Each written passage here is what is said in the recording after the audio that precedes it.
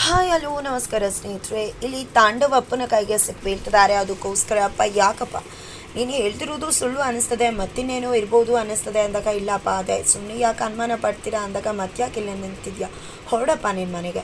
Already ನಿಮ್ಮಮ್ಮ ಹೇಳ್ತಾಳೆ ಈ ರೀತಿ ಮನೆ ಕ್ರಾಸ್ ಮಾಡಬಾರ್ದು ಅಂತ, ನೋಡ್ಕೊಳ್ಳಿ ಅಂತ. ಸುಮ್ಮನೆ ಈಗ ನಿನ್ನ ಮನೆಗೆ ಹೊರಡ್ಬೋದು ಅಂತ ಹೇಳ್ತಾರೆ. ನಂತರ ಆ ಕಡೆ ಕುಸುಮ ಆಂಟಿ ಅಂತೂ ಹೆಡ್ ಶೆಫ್ ಕ್ಲೀನ್ ಮಾಡ್ತಿರೋದನ್ನು ನೋಡಿ ಅಬ್ಬಬ್ಬಾ ಅಂತಿದ್ದಾರೆ. ಜೊತೆಗೆ ಹೆಡ್ ಶೆಫ್ ಅಂತೂ ಆ ನೆಲನ ಗಲೀಜು ಬಟ್ಟೆಯಲ್ಲಿ ಕ್ಲೀನ್ ಮಾಡಿದ್ದೆ, ಅದೇ ಕೈನ ತೊಳ್ಕೊಳ್ದೆ ಈ ಕಡೆ ಪುರಿ ಹಿಟ್ಟನ್ನು ಕಲ್ಸೋಕೆ ಹೋಗ್ದಾಗ, ಏನಪ್ಪ ಮಾಡ್ತಿದೆ ಅಂದಾಗ, ಪುರಿ ಹಿಟ್ಟನ್ನು ಕಲಿಸ್ತಿದ್ದೀನಿ ಅಂತ ಹೇಳ್ತಾರೆ. ಏನಪ್ಪ ಈ ಗಲೀಜು ಬಟ್ಟೆಯಲ್ಲಿ ನೆಲ ಒಡಿಸಿ ಆ ಕೈ ತೊಳೆದೇ ಪುರಿ ಹಿಟ್ಟು ಕಲಿಸ್ತಿದ್ಯಾ ಅಂತ ಹೇಳ್ತಿದ್ರೆ, ಇವತ್ತು ನೆನೆ ಬಂದರು ನನಗೆ ಕೆಲಸ ಹೇಗೆ ಅಂತ ಹೇಳ್ಕೊಡ್ಬೇಕಾಗಿಲ್ಲ, ಎಷ್ಟು ವರ್ಷದಿಂದ ಇಲ್ಲಿ ಕೆಲಸ ಮಾಡ್ತಿದ್ದೀನಿ ಗೊತ್ತಾ ಅಂದಾಗ, ಹುಟ್ಟಿನಿಂದ ನೀ ಕೆಲಸ ಮಾಡ್ತಿದ್ರು ಅಷ್ಟೇ. ನ್ಯಾಯ ಅಂದರೆ ನ್ಯಾಯ, ನಾನು ಕಣ್ಮುಂದೆ ಅನ್ಯಾಯ ಕಾಣ್ತಿದ್ರೆ, ತಪ್ಪು ಕಾಣ್ತಿದ್ರೆ ಅದನ್ನು ಖಂಡಿಸ್ದೆ, ಕುಸುಮ ಬಿಡೋಳಲ್ಲ ಅಂತ ಹೇಳಿ ಗಲಾಟೆನ ಹಚ್ಕೊಂಡ್ಬಿಡ್ತಾರೆ ಕುಸುಮ ಆಂಟಿ. ನಂತರ ಈ ಕಡೆ ಓನರ್ ಬಂದಿದೆ, ಏನಿದು ನಿಮ್ಮ ಗಲಾಟೆ ಅಂದಾಗ, ನೋಡಿ ಸರ್ ಗಲೀಜ್ ಬಟ್ಟೆ ಇದೆ, ಇದನ್ನು ತೊಗೊಂಡು ಸೀಟಿ ನಂತರ ಅದೇ ಕೈಯಲ್ಲಿ ತೊಳೆದೆ ಈ ಪುರಿ ಹಿಟ್ಟನ್ನ ಕಲ್ಸೋಕೆ ಹೋಗ್ತಿದಾರಲ್ಲ, ಇದು ಎಷ್ಟು ಸರಿ, ಆರೋಗ್ಯ ಏನಾಗಬೇಡ ಅದಕ್ಕೆ ಅಲ್ವಾ ಹೋಟೆಲ್ ಬಗ್ಗೆ ಜನ ಮಾತನಾಡ್ಕೊಳ್ಳೋದು ಅಂತ ಹೇಳ್ತಿದ್ರೆ. ಹೌದಪ್ಪ ಅವ್ರು ಹೇಳ್ತಿರೋದು ನಿಜ ಇದೆ ಅಲ್ವಾ, ಜನಗಳ ಆರೋಗ್ಯ ನಮಗೆ ಮುಖ್ಯ ತಾನೇ, ಕ್ಲೀನಾಗಿರ್ಬೇಕಲ್ವ ಅಂತ ಹೇಳಿ ಕುಸುಮ ಆಂಟಿ ಪರ ಬ್ಯಾಟಿಂಗ್ ಮಾಡಿ ಹೋಗ್ತಾರೆ. ನಂತರ ಈ ಕಡೆ ಕುಸುಮ ಆಂಟಿನೂ ಕೂಡ ತುಂಬ ಸೂಪವಾಗಿ ಎಲ್ಲವನ್ನ ಕೂಡ ಮಾಡ್ತಿದ್ದಾರೆ. ನಂತರ ಈ ಕಡೆ ಭಾಗ್ಯ ಕತೆ ಅಂತೂ ಹೇಳ್ತಿರೋದು, ಡ್ರೆಸ್ ತುಂಬಾ ಅನ್ಕಂಫರ್ಟಬಲ್ ಫೀಲ್ ಆಗ್ತಿದ್ರೆ ಬ್ರೋಕರ್ ಕಾಲ್ ಮಾಡಿದ್ದೆ, ದುಡ್ಡು ಕೊಡಮ್ಮ ಅಂತಿದ್ರೆ ಕೊಡ್ತೀನಿ ಸರ್ ಅಂತ ಹೇಳ್ತಾರೆ.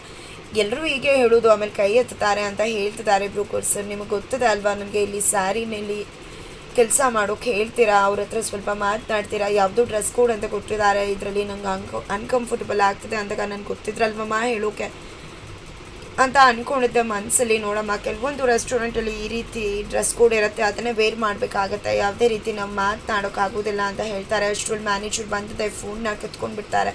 ಏನ್ರಿ ಅಂದ್ಕೊಂಡಿದ್ರೆ, ಕಷ್ಟ ಸುಖ ಮಾತನಾಡೋಕೆ ಇದು ಮನೆ ಅಂದ್ಕೊಂಡಿದ್ರೆ, ನಿಮ್ಮ ಫೋನ್ ಲಾಕರಲ್ಲಿ ಇರುತ್ತೆ, ಹೋಗ್ಬೇಕಾದ್ರೆ ತೆಗೆದುಕೊಂಡು ಹೋಗಿ ಅಲ್ಲಿ ಹೋಗಿ ಅಟೆಂಡ್ ಮಾಡಿ, ಇದೇ ಫಸ್ಟ್ ಆ್ಯಂಡ್ ಲಾಸ್ಟ್ ವಾರ್ನಿಂಗ್ ಅಂತ ಹೇಳ್ತಾರೆ. ನಂತರ ಭಾಗ್ಯ ಟೇಬಲ್ ಹತ್ರ ಹೋಗ್ತಾರೆ, ಕಸ್ಟಮರ್ಸ್ನ ಅಟೆಂಡ್ ಮಾಡ್ತಿದ್ದಾರೆ.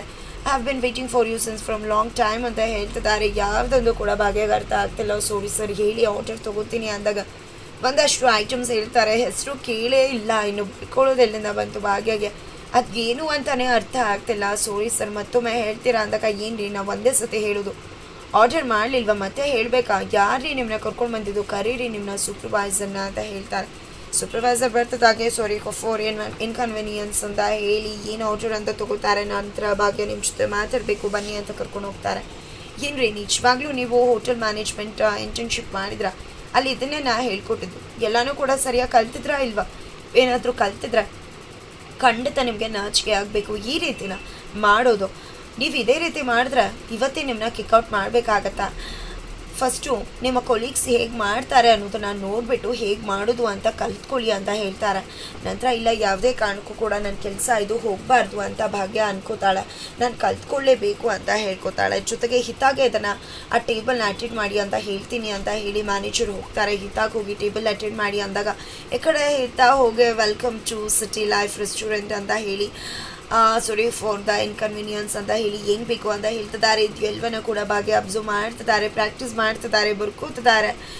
ಜೊತೆಗೆ ಬೇರೆಯವರು ಅಟೆಂಡ್ ಮಾಡೋದು ಕೂಡ ಬೇರೆ ಟೇಬಲಲ್ಲೂ ಕೂಡ ನೋಡ್ತಾರೆ. ಜೊತೆಗೆ ಅವ್ರು ಹೇಳ್ತಿರೋ ತಿಂಡಿಗಳು, ಇವ್ರು ಮಾತಾಡ್ತಿರೋ ಧಾಟಿ ಇಂಗ್ಲೀಷ್ ಯಾವುದು ಕೂಡ ಈ ಕಡೆ ಭಾಗ್ಯಗೆ ಗೊತ್ತಾಗ್ತಿಲ್ಲ. ಬರ್ಕೊಂಡು ಅಭ್ಯಾಸ ಮಾಡಿದ್ರು ತುಂಬಾ ಕಷ್ಟ ಆಗ್ತದೆ ಭಾಗ್ಯಗೆ.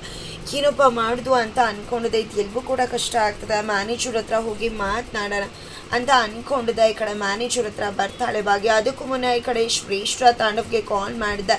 ತಾಂಡವ್ ನೀನು ನಾನು ಹೊರಗಡೆ ಹೋಗೋಣ ಬಾ, ನಿಂಗೊಂದು ಸರ್ಪ್ರೈಸ್ ಕಾದಿದೆ ಅಂದಾಗ, ತಾಂಡವ್ ಬರಲ್ಲ, ಏನೇ ಮಾಡಿದ್ರು ಒಂದಲ್ಲ ಒಂದು ಅವಾಂತರ ಆಗುತ್ತೆ ಹೊರಗಡೆ ಹೋದಾಗ ಅಂದಾಗ, ನಾನೇನು ಈಸಿಲಿ ಬರ್ತೀನಿ ಅಂತ ಅಂದ್ಕೊಂಡಿದ್ದೆ, ಪೂಜಾ ಸುಂದ್ರಿನ ಕಣ್ ತಪ್ಸೇ ಬರಬೇಕಾಗಿದ್ದ ನಾನು, ಪ್ಲೀಸ್ ಬಾ ತಾಂಡವ್, ಈ ರೀತಿ ಏನೂ ಆಗಲ್ಲ, ನಾನು ತುಂಬ ಚೆನ್ನಾಗಿ ಪ್ಲ್ಯಾನ್ ಮಾಡಿದ್ದೀನಿ ಅಂತ ಹೇಳ್ತಾಳೆ. ಜೊತೆಗೆ ಈ ಕಡೆ ಇದನ್ನು ಕೇಳಿಸ್ಕೊಂಡಿದ್ದೆ ಸುಂದ್ರಿಯವರು ಹೋಗಿ ಪೂಜಾಗೆ ಹೇಳ್ತಾರೆ. ಪೂಜಾ ಬಂದಿದ್ದೆ ಶ್ರೇಷ್ಠ ರೂಮನ್ ಮುಂದೆ ಕುತ್ಕೋತಾಳೆ. ಶ್ರೇಷ್ಠ ಹೋಗಬೇಕು ಅಂದ್ಕೊಂಡು ಓಪನ್ ಮಾಡಿದ್ರೆ ಎಲ್ಲಿಗೆ ಹೋಗ್ತಿದ್ಯಾ ಶ್ರೇಷ್ಠ ಅಂದಾಗ, ಎಲ್ಲೂ ಇಲ್ಲ ಅಂತ ಹೇಳ್ತಾಳೆ. ನೀನೇನಾದರೂ ನಮ್ಮ ಭಾವನ ಜೊತೆ ಅವತ್ತು ಕಾರ್ ಗ್ಲಾಸ್ ಹೊಡೆದಾಕಿದ್ದೀನಿ, ಇವತ್ತು ನಿನ್ನ ತಲೆನೇ ಹೊಡೆದಾಕ್ತೀನಿ ಅಂತ ಹೇಳ್ತಾಳೆ. ಇಲ್ಲಪ್ಪ ನಾನು ಎಲ್ಲೂ ಹೋಗ್ತಿಲ್ಲ, ಬಾಗಿಲು ಸರಿಯಾಗಿದೆಯಾ ನೋಡೋಕಷ್ಟೇ ಬಂದೆ ಅಂತ ಒಳಗಡೆ ಹೋಗ್ಬಿಡ್ತಾಳೆ ಶ್ರೇಷ್ಠ. ನಂತರ ಏನೇ ಅಂದ್ಕೊಂಡಿದ್ಯಾ ಪೂಜಾ ನೀನು, ನಿನಗೆ ಹೆದರ್ಕೊಂಡು ಸುಮ್ಮನೆ ಇರ್ತೀನಿ ಅಂತ ಅಂದ್ಕೊಂಡಿದ್ಯಾ, ಬಾಗ್ಲ ಹತ್ರನೇ ಕಾಯ್ಕೊಂಡು ಕೂತ್ಕೋ, ನಾನೇ ಹೇಗೆ ಹೋಗಬೇಕು ಅಂತ ಗೊತ್ತು ಅಂದ್ಕೊಂಡಿದ್ದೆ. ಸ್ಯಾರಿನೆಲ್ಲ ಸೇರಿಸಿ ನಾಟ್ ಮಾಡಿ ಅದನ್ನು ಬಾಲ್ಕನಿಯಿಂದ ಬಿಟ್ಟು ಆ ಒಂದು ಸ್ಯಾರಿ ಹೆಲ್ಪ್ ತೊಗೊಂಡು ಕೆಳಗಡೆ ಇಳಿದು ಹೋಗೇ ಬಿಡ್ತಾಳೆ ಶ್ರೇಷ್ಠ. ನಂತರ ಈ ಕಡೆ ಭಾಗ್ಯ ಬಂದದ ಮ್ಯಾನೇಜರ್ ಹತ್ರ ಮಾತನಾಡೋಕೆ ಮುಂದಾಗ್ತಿರ್ತಾರೆ. ನಂತರ ಈ ಕಡೆ ಮ್ಯಾನೇಜರ್ ಕೂಡ ಅಡುಗೆ ಮನೇಲಿ ಇರ್ತಾರೆ. ಅಡುಗೆ ಮನೆಗೆ ಬಂದಂಥ ಭಾಗ್ಯ ನನಗೆ ಅವ್ರು ಏನು ಹೇಳ್ತಿದ್ದಾರೆ ಅದು ಎಲ್ಲವೂ ಕೂಡ ತುಂಬ ಕಷ್ಟ ಆಗ್ತಿದೆ ಸರ್. ನಾನು ಅಡುಗೆ ಕೆಲಸ ಮಾಡ್ಬೋದಾ, ನಾನು ತುಂಬ ಚೆನ್ನಾಗಿ ಅಡುಗೆ ಮಾಡ್ತೀನಿ ಅಂತ ಹೇಳ್ತಿದ್ರೆ, ಏನ್ರಿ ಮಾತಾಡ್ತಿದ್ರ ನೀವುಗಳೆಲ್ಲ ಈ ರೀತಿ ಹೇಳಿದ್ರೆ ಹೋಟೆಲ್ ಕತೆ ಏನಾಗಬೇಕು ಅಂತ ಫುಲ್ ರೇಗ್ತಿದ್ದಾರೆ. ಯಾವುದೇ ಕಾರಣಕ್ಕೂ ಸಾಧ್ಯ ಅಲ್ಲ, ನಿಮ್ಮ ಜಾಬ್ ಅದು, ಅದನ್ನು ಮಾಡಿ ಅಂತ ಹೇಳ್ತಾರೆ. ಈ ಮಾತನ್ನು ಕೇಳಿದೆ ಭಾಗ್ಯ ಶಾಕ್ ಆಗ್ತಿದ್ದಾಳೆ. ಹಾಗಿದ್ರೆ ಮುಂದೆ ಏನಾಗತ್ತೆ? ಈ ಕಡೆ ತಾಂಡವ್ ಶ್ರೇಷ್ಠ ಬರ್ತಿರೋದಲ್ಲಿಗೆ ಇದೇ ರೆಸಾರ್ಟ್ಗೆ ಬರ್ತಿದ್ದಾರೆ ಅವರು. ಬಿಗ್ ಶಾಕ್ ಆದಿದ್ಯಾ ಭಾಗ್ಯಗೆ? ಈ ಕಡೆ ಅಟೆಂಡ್ ಮಾಡಬೇಕಾಗಿರೋ ಟೇಬಲ್ ಭಾಗ್ಯದೇ ಆಗುತ್ತೆ. ಏನಾಗುತ್ತೆ ತಿಳ್ಕೊಬೇಕು ಅಂದರೆ ನನ್ನ ವೀಡಿಯೋಗೋಸ್ಕರ ವೇಟ್ ಮಾಡಿ.